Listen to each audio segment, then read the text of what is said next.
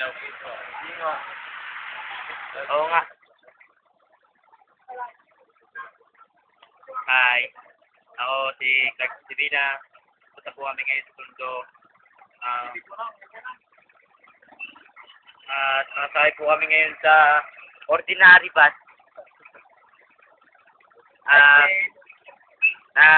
Pupunta po kami sa Cebu. Pinabati ko nga pala yung mga nanay at tatay ko dyan, yung mga kapatid ko, lolo at lola ko. Bigyan ng jacket to. Okay, ito nga pala yung mga bodyguards ko, si Michael. Hey guys! Nanawagan ako sa nanay ko. Nakakulong na yun.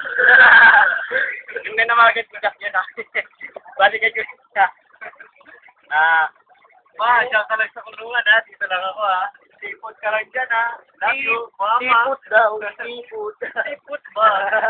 Balik mo. Ito ba? Ah? Sunan mo. Pakita mo kasi. O, isa pa. Ibalik mo. Ang sunan mo.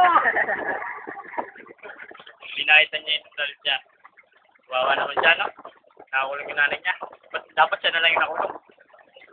May tayo doon sa utap. Hindi namin napainom ng gamot eh. Bye-bye. Pag punta namin sa pabrika, sa ulit kami ng video. Sige, paalam na.